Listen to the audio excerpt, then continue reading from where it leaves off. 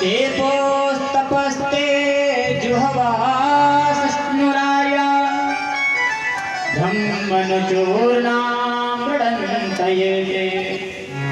हे प्रभु, आपने जो मुझे उपदेश दिया है उसका साथ देवती मैया कह रही कपिल भगवान से, हे प्रभु आपने जो उपदेश दिया उसका सार मैंने एक ही निकाला है। जीव मात्र को, प्राणी मात्र को भगवान का भजन करना चाहिए।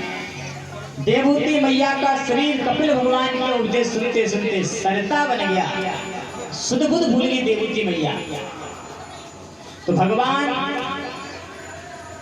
गंगा सागर में जाकर के चले गए। आज भी मकर संक्रांति वाले दिन कपिल भगवान के दर्शन होते हैं, आज भी दर्शन होते हैं भैया।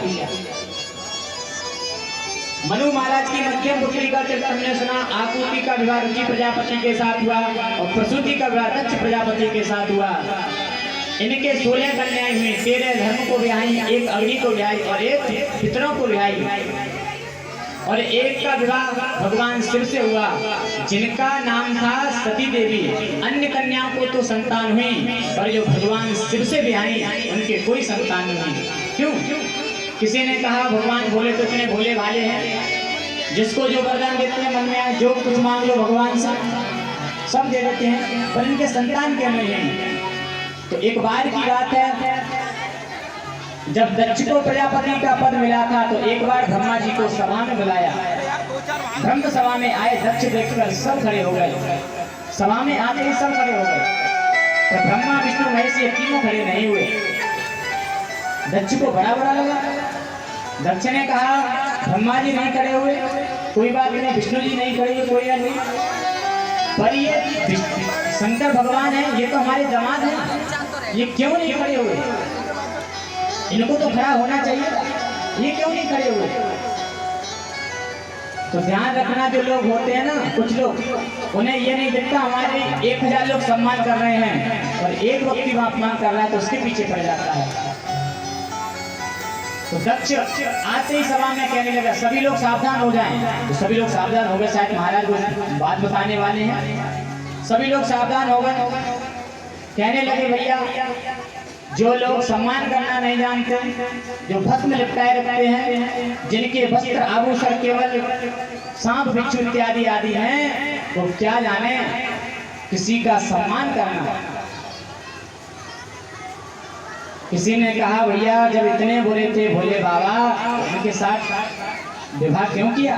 दक्ष बोला हमने अपनी मर्जी से नहीं किया, ये तो अपने पिता ब्रह्मा की आज्ञा से कर दिया, वरना हम तो नहीं करते। जहाँ भैया दक्ष की सभा लगी तो सभागार तो सब कुछ नहीं हो रहा है, वहां तो श्राप सभा होने लगी। तो दक्ष ने श्राप दे दिया कि जाओ आज से शिव को यज्ञ में कोई भाग नहीं मिलेगा। इधर नंदी ने श्राप दे दिया, कहा तुम बहुत देर से बकरे मेहने कर रहे हो, तो बकरे की तरह जाओ, तुम्हें बकरे का सिर लग जाए। अब इधर रघु जी पर नहीं आ गया, दक्ष की तरफ से जो यज्ञ कर रहे थे, तो रघु जी से नहीं आ गया। तो रघु जी ने कहा जाओ सारे जो शिवगढ़ हैं सब पाखंडी हो जाओ। शिवगढ़ों ने इधर से भैया श्राप दिया, कहा जाओ तुम जैसे चाटुकार ब्राह्मण भिकमंगे हो जाए। शिवगढ़ों ने श्राप दे दिया कि जाओ तुम जैसे चाटुकार ब्राह्मण भिकमंगे हो जाए। भगवान शिव तो शिव हैं, भोले तो भोले हैं, भोले भाले हैं। उन्होंने कुछ नहीं कहा, अपने गणों के साथ कैलाश पर्वत आ गए। अब इधर देखो, दक्ष से इतना अपमान कर दिया फिर भी नहीं आ गया, तो दक्ष ने क्या किया, यज्ञ में सभी को बुलाया, पर भगवान भोलेनाथ को नहीं बुलाया, निमंत्रण नहीं दिया, और कह दिया जब यज्ञ में आओ तो भगवान कैलाश पर्वत होते हुए आना, कैलाश पर्वत के रास्ते आना। सभी कैलाश पर्वत के ऊपर से आ रहे हैं, रास्ते से आ रहे हैं। जब रास्ते से आ रहे हैं तो माता सती ने पूछ लिया ये कहाँ जा रहे हैं इतने विमान, उसी महात्मा कहाँ जा रहे हैं? तो कहा ये आपके पिता के यज्ञ में जा रहे हैं। बोले आपको नहीं बुलाया? बोले नहीं हमें नहीं बुलाया। बोले कुछ बात हो गई? अरे बड़ा यज्ञ कर रहे हैं, शायद आप निमंत्रण